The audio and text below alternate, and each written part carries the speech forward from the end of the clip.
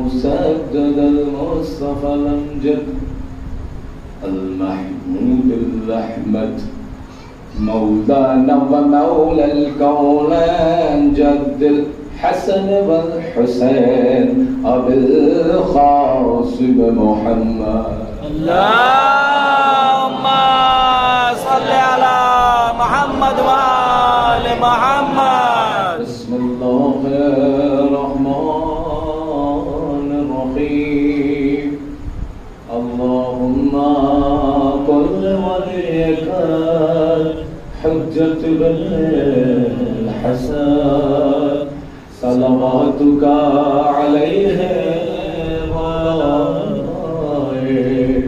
في هذه الساعة وفي كل ساعة وليا وحافظا وقائدا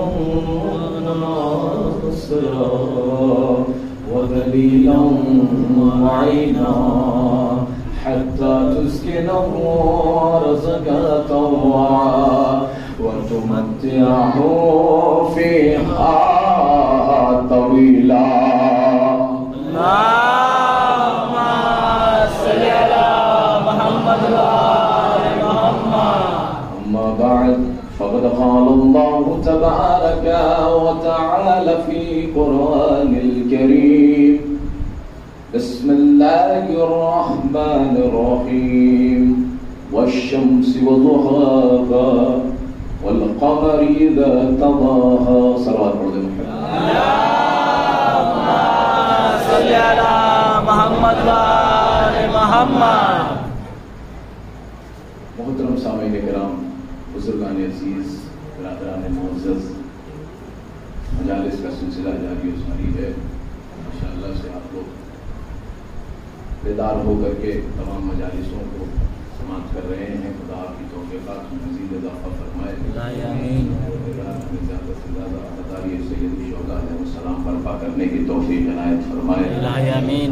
اور جہاں جہاں بھی شیعان حیدر کرار ہیں ان کی جان مال عزت آبرو اور اس محرم کے صدقے میں پروردگار ان کو حفظ و امان میں رکھے اور تمام جھگڑے اور تمام اختلافات اور تمام منافقت سے ہمیں مرصع اور مرزق فرمائے.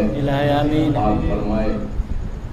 لہذا یہ فرش اعضا جس پر ہم بیٹھ جایا کرتے ہیں اور اس کے بعد ہمارے اندر وہ کیفیت پیدا ہو جاتی ہے کہ ہم بیٹھتے تو فرش پر ہیں لیکن باتیں عرش کی کیا کرتے ہیں. لہذا یہ یہاں سے ڈائریکٹ دعا قبول ہوتی ہے. مجلس اعضا میں جب بھی آئیں انشاءاللہ جب فرش اعضا پر آپ بیٹھیں تو دعا یہاں سے کیا کریے. کسی واسطے کی ضرورت نہیں ہے. اللہ ایسے ہی قبول کر لیا کرتا ہے.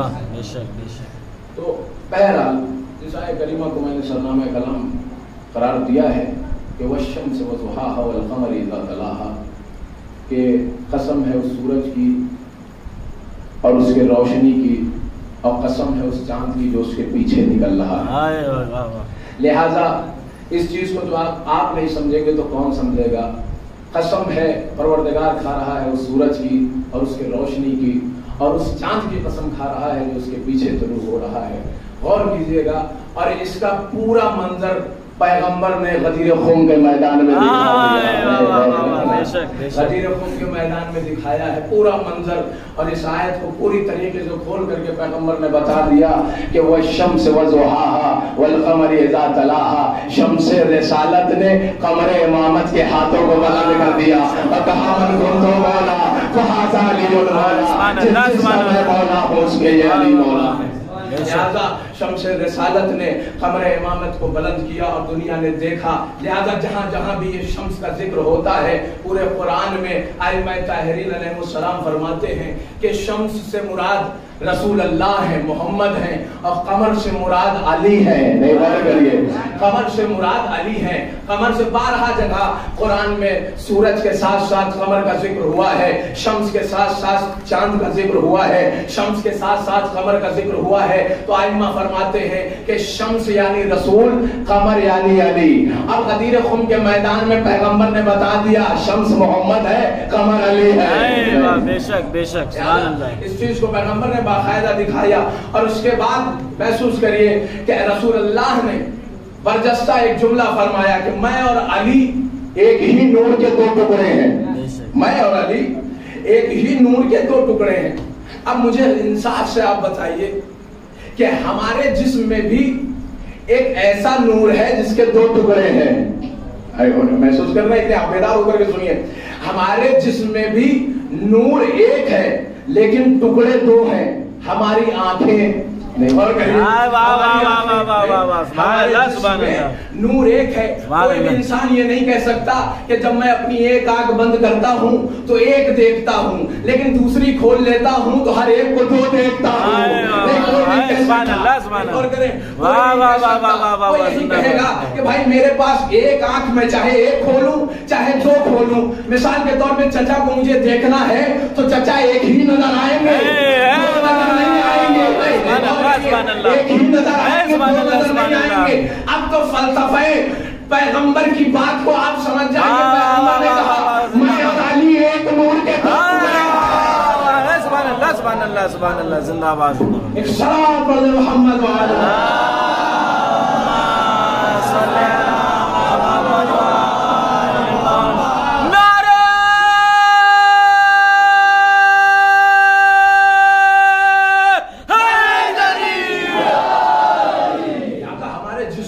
دو آنکھیں ہیں لیکن ایک دو نور ہیں، کام ایک ہے۔ یاد رکھیے پیغمبر نے کہا میں اور علی ایک ہی نور کے دو ٹکڑے ہیں۔ توجہ چاہتا ہوں، نور کے دو ٹکڑے الگ ہیں لیکن یہ ہے ایک۔ توجہ چاہتا ہوں، ہے ایک۔ ان دونوں کا کام الگ الگ ہے لیکن راستے ایک ہیں۔ ایک صلوات پڑھیں محمد وعلی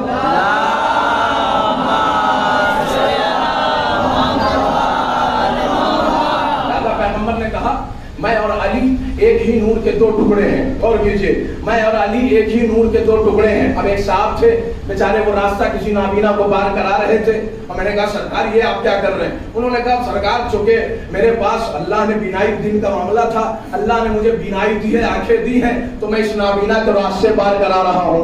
لیکن اتفاق سے جنہا میں وہی صاحب مجلس میں مجھے مل گئے۔ اب مجلس میں لائٹ کٹ گئی، نہیں غور کری، جنہا میں وہ صاحب مل گئے، مجلس میں مل گئے، اب لائٹ کٹ گئی۔ میں نے کہا سرکار تھوڑا امام باڑے کے اوپر جائیے اور ایک کتاب لے کر کے چلے آئیے۔ اب وہ پریشان ہو گئے، کہا سرکار کیسی بات کر رہے ہیں، ابھی تو ایک حصے میں نور ہے دوسرا حصہ تو غائب ہو گیا، دوسرا حصہ تو غائب ہو گیا، ایک حصے میں نور۔ میں نے کہا آپ تو دن میں تو راستہ پار کرا رہے تھے، آپ کے پاس تو روشنی تھی، اب کیا ہو گیا؟ کہا سرکار ایک حصے والے نور سے کام نہیں چلے گا، دونوں نور ہونا چاہیے، دونوں نور ہونا چاہیے، دونوں نور۔ آپ جو نہیں بولے وہ بھی بولیں گے، دونوں نور ہونا چاہیے۔ بس یہی تو فلسفہ قدیمے میں پیغمبر نے کہا جتنے لوگ بھی ہیں دیکھ لو، علی کو بلند کر رہا ہوں، صرف میرا نور کافی ہے۔ زندہ باد زندہ باد۔ ایک صلوات پڑھ دے محمد۔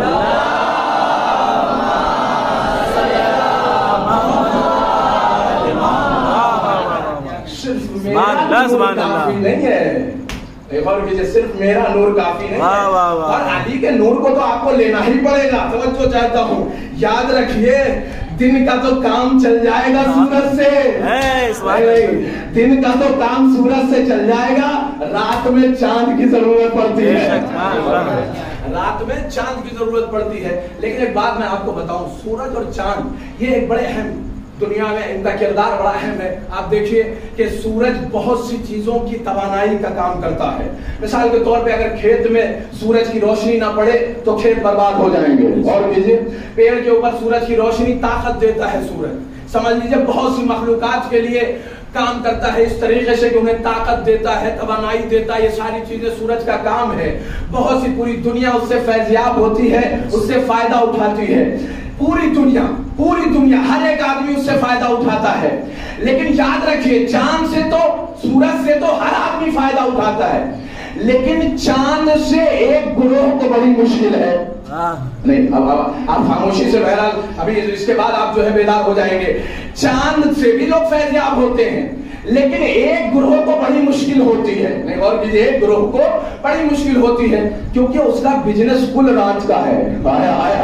نہیں محسوس کریے، محسوس پہلے کے زمانے میں، اس سے پہلے آپ جائیے تو لوگوں کو چاند کی بڑی ضرورت ہوتی تھی، چونکہ چاند مسافروں کے لیے، چونکہ چاند جب روشن ہوتا تھا تو بیچارے مسافر جو ہے اپنا قافلہ لے کر کے جاتے تھے، بہت سی امانت کی حفاظت کے لیے چاند کا انتظام، چاند جو ہے روشن ہوتا تھا تو بڑی امانتوں کی حفاظتیں ہوا کرتی تھی۔ لیکن یاد رکھیے کچھ گروہ، ایک گروہ ایسا ہے جسے چاند سے بڑی دقت ہوتی ہے، وہ سرکار چور صاحب ہیں، وہ چور لوگ ہیں، ان کو رات میں اس چاند سے، چونکہ کل رات کا بزنس ہے، تالا توڑنا ہے تو رات میں، دکان خالی کرنا ہے تو رات میں، تجوری خالی کرنا ہے تو رات میں، ایسا کسی کا گھر صاف کرنا ہے تو رات میں، اس طریقے سے یاد رکھیے یہ چوروں کا کام ہے۔ تو چور یہ کہتے ہیں کہ بھیا سب کچھ نکلے، چاند نہ نکلے، نہیں غور کیجئے، سب کچھ نکلے لیکن چاند نہ نکلے، چاند نہ نکلے۔ وہ پریشان ہو جاتے ہیں کہ اگر چاند نکل گیا تو ہمارا سارا معاملہ خراب ہو جائے گا، ہمارا سارا بزنس ٹھپ ہو جائے گا۔ اسی لیے چور لوگ یہ کرتے ہیں، چاند کہتے پروردگار چاند نہ نکالنا، چاند نہ نکالنا۔ اب غدیر خم کے میدان میں پیغمبر نے چاند کو نکال کر کے، سبحان اللہ سبحان اللہ، پیغمبر نے چاند کو نکال کر کے اور ایسے ایسے چوروں کا سارا کام بدلا دیا کہ جو ہمیشہ چوری کے چکر میں لگے رہتے ہیں۔ سبحان اللہ سبحان اللہ، نعرہ